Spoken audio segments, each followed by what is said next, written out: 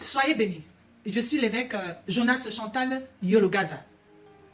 Je viens aujourd'hui donner une information ou alors la conduite face à tout ce que nous traversons aujourd'hui suite à, je peux appeler ça le scandale du corps de Christ venant du prophète Ferdinand Ekane et sa jeune épouse Alexandra. Je viens donc vous donner l'avis de l'esprit parce que vous avez dû remarquer que j'ai pris un peu du recul face à cette histoire depuis le début et j'ai voulu que ce soit simplement l'amour qui se manifeste parce que je crois que c'est ça. Avec les yeux d'amour, on voit les situations de manière différente. Alors je voudrais d'abord vous dire que chacun de nous doit se présenter comme la Bible le fait. Chaque fois qu'on présente un homme de Dieu, on dit tel fils de tel, fils de tel, fils de tel. Parce que dans la lignée, c'est là où on voit d'où on vient et on peut savoir ce qui nous anime. Alors moi, je suis un Fumo-Louise Chantal, et épouse ou veuve de l'apôtre Jonas Yologaza de l'église de Bethel, l'Assemblée chrétienne à Eligisono, vous connaissez depuis. Nous-mêmes, filles et fils, je suis fille de l'apôtre du couple apostolique Gabriel et Rosalie Odouemi de Wanda City, Bethel Wanda City au Nigeria. Et nous sommes nés de Dieu, ce sont eux nos parents qui nous ont baptisés, ce sont eux nos parents qui nous ont mariés, qui nous ont consacrés pasteurs et qui ont guidé les mains ou la vision du prophète de l'apôtre Yologaza pour me consacrer évêque. Nous avons été aussi conduits et enseignés par l'archevêque Benson Idaosa qui était venu au Cameroun. Il a dormi chez nous. Donc, nous étions aussi soutenus par lui, encouragés et enseignés. Je ne vais pas compter les autres en parallèle qui nous ont soutenus depuis les États-Unis afin que nous puissions grandir dans la foi. Alors, pour ce scandale, c'est vraiment un scandale parce que c'est quelque chose d'amer qui cale au cou. Et je vais dire ceci, je vais donner un conseil au prophète Ferdinand Ekane et à la jeune dame, à sa jeune épouse Alexandra. C'est vraiment de tout cœur. Mais avant cela, je vais vous raconter une histoire qui s'est tenue dans ce pays, dans le corps de Christ.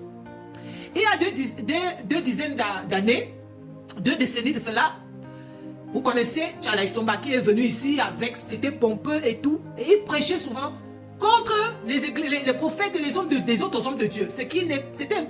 C'était sa stratégie pour remuer tout et ramener les gens vers son église. Et il avait réussi. Et c'est comme ça qu'un jour, le corps de Christ s'est assis et on dit ça ne peut pas continuer. On a convoqué tous les apôtres, tous les hommes de Dieu de l'époque, y compris l'apôtre Yologaza. On l'a convoqué à Bethel, sous discipline, dans un conseil de discipline. On l'a menacé.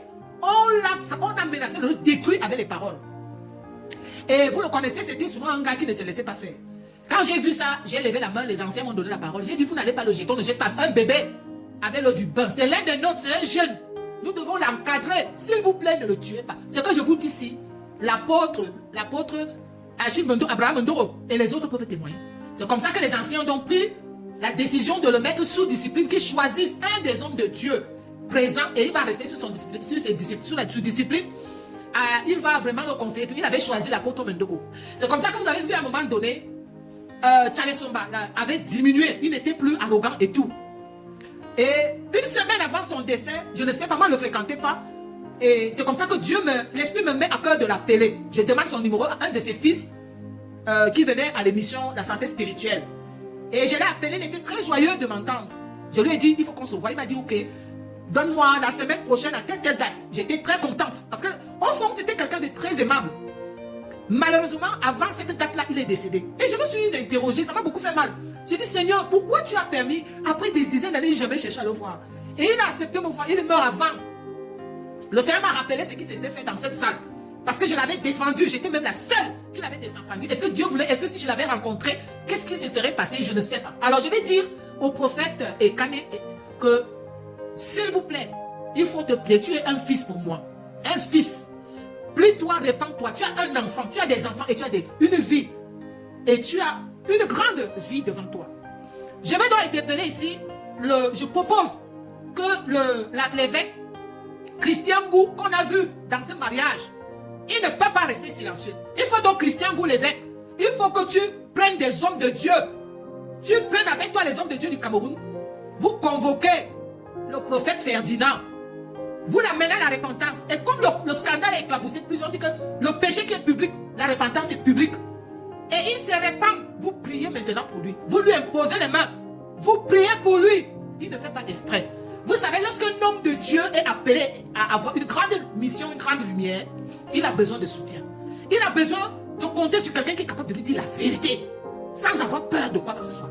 Et la plupart des jeunes prophètes aujourd'hui, c'est la génération qui sont partis en tuant, entre guillemets, en tuant au figuré leur père spirituel. Et ce sera vraiment une génération compliquée. Maintenant, vous êtes en train d'appeler les pères dans et les autres. Non. La Bible dit qu'Abraham a dit à l'homme riche. Et il y a là-bas Moïse. Ils n'ont qu'à écouter Moïse. Vous avez les prophètes, vous avez les apôtres, vous avez les hommes de Dieu aujourd'hui. Qu'est-ce que vous avez fait d'eux? Vous les négligez. Et je dis donc, évêque Christian Gou, tu es mêlé à ça. Et c'est à toi le devoir de mettre la discipline. C'est à toi le devoir de convoquer et de régler cette situation avec les anciens. Pas toi seul. Avec les anciens, il y a les bons apôtres, il y a les hommes de Dieu dans ce pays. Vous devez régler ça pour laver l'image du corps de Christ au Cameroun, à l'étranger. Je vais donc continuer à donner des conseils au prophète Ferdinand. S'il te plaît, soumets-toi à ce que je te dis. Si tu as lu mes posts, moi j'ai pris un peu de recul. Et je vais te dire, ce que je te dis là, fais-le. Ne fais pas le Dieu, ne fais pas le bras de fer. Même si tu crois avoir raison. Même si tu crois avoir raison, il y a des choses que moi je ne dis pas. Je ne viens jamais parler des hommes de Dieu en mal, mais je combats un système. Je ne combats pas les hommes de Dieu. Aucun homme de Dieu ici au Cameroun ne peut dire que je lui ai manqué de respect. Tous mes pères là m'appellent Maman Chantal. Et par ici, je vais bénir l'apôtre Médo. Je vais bénir l'apôtre Aqua. Je vais bénir l'évêque, les évêques qui sont.